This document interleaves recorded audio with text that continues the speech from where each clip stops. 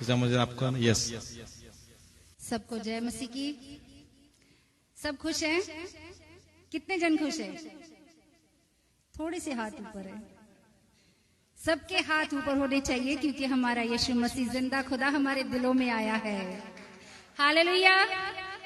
क्योंकि वो खुदा जो हमारे लिए स्वर्ग छोड़कर पृथ्वी पर आया कि हम बचाए जाएं, हम छुड़ाए जाएं और हम नई जिंदगी पाएं, बहुतायत का और अनंत जीवन पाएं। मैं 10-12 दिन पहले प्रेयर कर रही थी तो परमेश्वर ने एक वचन मेरे ना हृदय में डाला। तो वो वचन आज मैं आपसे शेयर करना चाहती हूँ कि जो वचन परमेश्वर ने मुझे दिया, मेरे दिल में डाला कि मैं भी अपने भाई बहनों के साथ में शेयर करूं कि परमेश्वर हमसे क्या चाहता है। क्योंकि खुदा हमसे बात करता है। जब खुदा का कलाम हम हाथ में लेते हैं तो वो हमसे बात करता है, क्योंकि उसकी प्यार भरी बातें इसमें लिखी हुई है। ये उसका लव लेटर है, क्योंकि इसे पढ़ना बहुत जरूरी है। जब पढ़ते हैं तभी उसकी बातें हमें मालूम पड़ती है। तो परमेश्वर ने जो मुझसे बात की है वो लूका का वचन है। लूका अध्याय 13 उसका वचन 6। फल रहित अंजीर के पेड़ का दृष्टांत। फिर उसने ये दृष्टांत भी कहा, किसी की अंगूर की बारी में एक अंजीर का पेड़ लगा हुआ था। वह उसमें फल ढूंढने आया परंतु ना पाया। तब उसने बारी के रखवाले से कहा, देख, 3 बरस से मैं इस अंजीर के पेड़ में फल ढूंढने आता हूँ परंतु नहीं पाता। इसे काट डाल कि वह भूमि को भी क्यों रोके रहे। उसने उसको उत्तर दिया, हे स्वामी, इसे इस वर्ष और रहने दे कि मैं इसके चारों ओर खोद कर खाद डालूं। यदि आगे को फले तो भला, नहीं तो उसे काट डालूं। हालेलुया। क्योंकि परमेश्वर का वचन ऐसे ही नहीं है, उसमें बहुत सारी रहस्य की बातें हैं जो परमेश्वर अपने वचन के द्वारा हमें बताता है। क्योंकि खुदा ने कहा, मैंने तुम्हें वो आत्मा दिया है जो मेरे वचनों को समझ सकता है। क्योंकि जो उसकी हजूरी में बैठता है वो उसके साथ एक आत्मा होता है और उसी की आत्मा की द्वारा लिखी हुई बातें, लिखा हुआ वचन समझ सकता है। जब ये मैं वचन पढ़ रही थी तो मैंने परमेश्वर से कहा कि परमेश्वर, आपने 3 साल का समय क्यों दिया? क्योंकि उसमें लिखा हुआ है कि परमेश्वर जब फल ढूंढने आ रहे थे तो उन्हें कोई फल नहीं मिला। परमेश्वर 1 साल देखा, 2 साल देखा, 3 साल देखा, कोई फल नहीं। आखिर परमेश्वर ने क्या कहा कि अगर ये फल रहित रहता है, फल नहीं देता, तो इसे काट डाल। ये क्यों जमीन को रोक के रखे? आज यही बातें हमारे जीवन में लागू होती है, क्योंकि ये वचन ऐसे ही नहीं कहा गया। क्योंकि परमेश्वर ने कहा, जो मेरे लोग हैं वो फलों से जाने जाएंगे। क्योंकि हमारे अंदर पवित्र आत्मा के कौन से फल हैं वो हमें मालूम है। हमारे अंदर पहले कौन से फल थे वो भी हमें मालूम है। क्योंकि परमेश्वर ने हमें पवित्र आत्मा के फलों से भरा है, जो सबसे उत्तम है। वो है प्रेम, आनंद, शांति, धीरज, कृपा, भलाई, विश्वास, नम्रता और संयम। लेकिन जो इस संसार के फल हैं वो जलन है, ईर्ष्या है, घमंड है, हंकार है, डाह है, पियक्कड़पन है, लोभ है। बहुत सारे फल हैं जो हमारे अंदर थे, जिससे परमेश्वर ने हमें आजाद किया है। क्योंकि मैं एक समय ऐसी थी कि मुझे ऐसे गुस्सा आता था कि मैं ये कहती थी कि मैं या तो इसे मार दूंगी या मैं खुद मर जाऊंगी। क्योंकि मुझे किसी की बात सुनना पसंद नहीं था। अगर मैं गलत हूं तो मैं सुनूं, थप्पड़ भी खा लूं। अगर मैं गलत नहीं हूं तो मैं सामने वाले को छोड़ूंगी नहीं।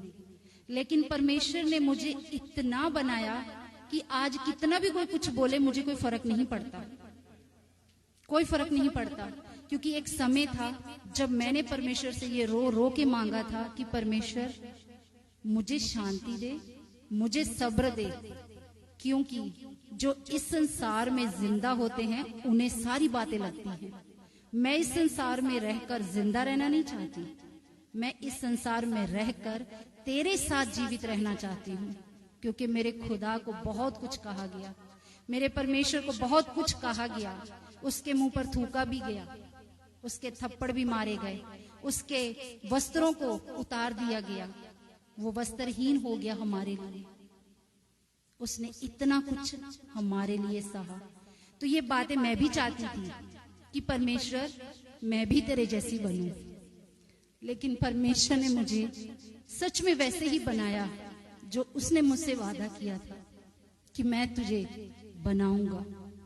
क्योंकि आज बहुत सारे लोग हैं जो यीशु मसीह के पास तो आते हैं, लेकिन यीशु मसीह के जैसा बनना नहीं चाहते। क्यों?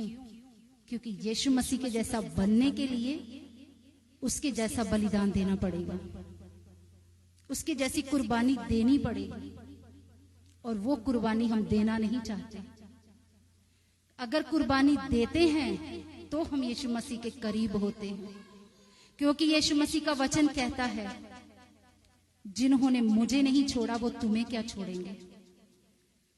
यीशु मसीह को भी उन्होंने बहुत कुछ कहा। ये पेटू है, बहुत कुछ कहा परमेश्वर के बारे में। जो बाइबल पढ़ते हैं उन्हें सब पता है कि यीशु मसीह के बारे में लोगों ने क्या कहा।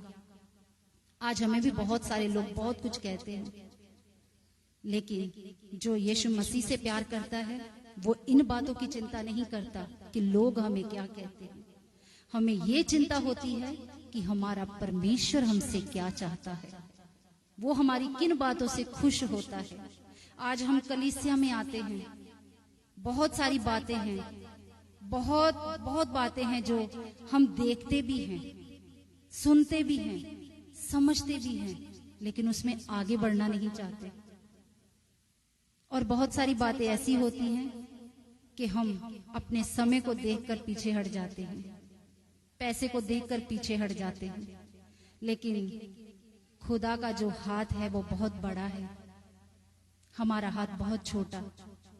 हम देने में इतना सा देंगे, इतना सा, लेकिन खुदा का वचन कहता है वो स्वर्ग में विराजमान, स्वर्ग उसका सिंहासन, पृथ्वी पैरों की चौकी। तो वो इतना बड़ा परमेश्वर है, तो उसका हाथ कितना बड़ा होगा। हमें देना है खुदा के लिए सबसे पहले अपना जीवन, जो खुदा को चाहिए। अफीसियों की पुस्तक कहती है कि उसने तेरे जन्म से पहले तेरे लिए काम तैयार किए हैं, जो हमें करने हैं और जिसके लिए यीशु मसीह ने हमें बुलाया है। हम ऐसे वैसे ही नहीं आए हैं, हम ऐसे ही नहीं बुलाए गए, हमें किसी कार्य के लिए परमेश्वर ने बुलाया है। वो आप जब प्रार्थना करेंगे, परमेश्वर से पूछेंगे कि परमेश्वर मैं आपके लिए किस कार्य के लिए बुलाया गया हूँ, मेरे लिए आपने कौन सा कार्य तैयार किया है। अफीसियों की पुस्तक में लिखा हुआ है कि मैंने तेरे लिए पहले ही काम तैयार किया है, तेरे आने से पहले ही। देखो, खुदा जानता था, भले हम इतने साल संसार में थे, लेकिन उसके बाद में हमें यीशु मसीह के पास ही आना है, क्योंकि हम उसी के लिए ही इस संसार में भेजे गए हैं। तो आज हमें प्रार्थना के जरिए, पवित्र शास्त्र के जरिए और अपने खुदा की संगति में बैठकर उससे पूछकर कि खुदा मुझे क्या करना है। हमें कोई मनुष्य नहीं बता सकता, ये सिर्फ खुदा का आत्मा हमें बताता है कि हमें क्या करना है। हम खुदा से जब बातें करते हैं वो हमें जवाब भी देता है। मैं भी जब प्रार्थना करती हूँ, जब वचन पढ़ती हूँ, तो मुझे ऐसा लगता है कि ये वचन मुझे कुछ कह रहा है। जब मुझे एक बार समझ नहीं आता, मैं उसे फिर पढ़ती हूँ, फिर समझ नहीं आता, मैं फिर पढ़ती हूँ, मैं उसे बार बार उसी वचन को पढ़ती रहती हूँ कि ये वचन मुझसे क्या कहना चाहता है। क्योंकि वो वचन हमें अंदर ऐसे ही नहीं लगता, वो वचन हमें कुछ कह रहा है। उसे समझना है परमेश्वर की बुद्धि के द्वारा, उसके आत्मा के द्वारा। इसीलिए वचन पढ़ना जरूरी है, प्रार्थना करना जरूरी है और खुदा की संगति में रहना जरूरी है। क्योंकि ये वचन जब मैं पढ़ रही थी तो ये वचन आपके लिए नहीं, सबसे पहले मेरे लिए है। ये वचन ने जब मुझसे बात की कि जब परमेश्वर ने कहा 3 साल, मुझे 2010 में जब मैं परमेश्वर के पास आई, आज मुझे 13 साल हो गए। मैं उस 13 साल में मैं देखने लगी कि मैं कितनी आगे बढ़ी हूं। 13 साल में मैं परमेश्वर में आगे कितनी बढ़ी हूं। मैंने खुदा को कितना जाना है, मैंने खुदा के लिए क्या किया है, मैं इस बात को सोचने लगी। मैंने कहा परमेश्वर, मैं तो 10 साल और ऊपर हो गई, मेरे तो 10 साल ऐसे ही और चले गए। आपने तो 3 साल का समय दिया, मुझे तो 13 साल हो चुके हैं, मैंने तो अभी तक कुछ नहीं किया। मुझे तो बहुत कुछ करना है। जो आपका वचन कहता है कि जो फल नहीं देता है उसे काट ही डाल। लेकिन खुदा, ये तो आपकी दया मुझ पर हुई कि मैं अब तक आपके साथ बनी हुई हूँ। ये आपकी कृपा हुई कि मैं अब तक आपके साथ बनी हुई हूँ, कि आपने मुझे समय और दिया है कि मैं और बढ़ूं, मैं और करूं, मुझे और आगे बढ़ना है। यीशु मसीह, मुझे आपके लिए और कुछ करना है, बहुत कुछ करना है खुदा, जो मेरे लिए रखा गया है। ये सारी बातें जब परमेश्वर से मैंने की तो परमेश्वर का धन्यवाद है कि खुदा दयालु है। उसने कहा हाँ, मैं इसीलिए रोके रहा हूं। वो इसीलिए रुका है कि ये वचन मेरे जीवन में आया, ये वचन ने मुझसे बात की, तो मैंने भी परमेश्वर से जब कहा कि हाँ परमेश्वर, मुझे आगे बढ़ना है, तो परमेश्वर कहता हाँ, मैं तेरे साथ हूं। हमें आज इसी तरह परमेश्वर के वचन के द्वारा हमें आगे बढ़ना है, हमें रुकना नहीं है, हमें किसी की बात को सुनकर पीछे नहीं हटना है। क्योंकि हम जब परमेश्वर के पास आते हैं तो परमेश्वर ने कहा, ना दाएं देख ना बाएं देख, तो सीधा मेरी ओर देख। क्योंकि सहायता, मदद हमें सिर्फ खुदा की ओर से मिलती है, जिसने आकाश बनाया, पृथ्वी बनाई, जिसने हमें बनाया है अपनी महिमा के लिए। हम उसकी महिमा को करने की बजाय हम दूसरों की महिमा क्यों करें? हम ये क्यों कहें कि उसने ऐसा किया, उसने वैसा किया? हम ये क्यों ना कहें कि यीशु मसीह ने मेरे लिए ये किया, यीशु मसीह ने मेरे लिए कुर्बानी दी, यीशु मसीह मेरे लिए मरा और वो ही मेरे लिए जी उठा, और उसी की जिंदगी के द्वारा आज मैं भी जिंदा हूँ। वो मेरे अंदर जिंदा है। जिस तरह पौलुस कहता है कि आज मैं क्रूस पर चढ़ाया गया, अब मैं जिंदा नहीं, लेकिन अब यीशु मसीह में मैं जिंदा हूँ। यीशु मसीह मुझ में जिंदा है, मैं यीशु मसीह में जिंदा हूँ।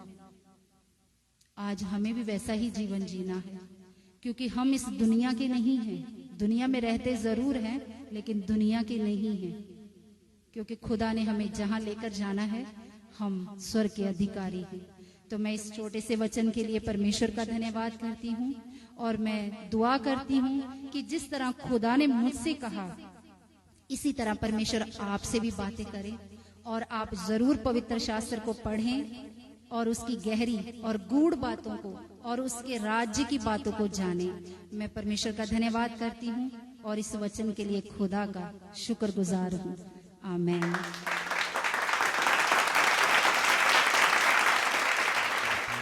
और कोई है, और कोई वचन कहना चाहता है? यस निशा का।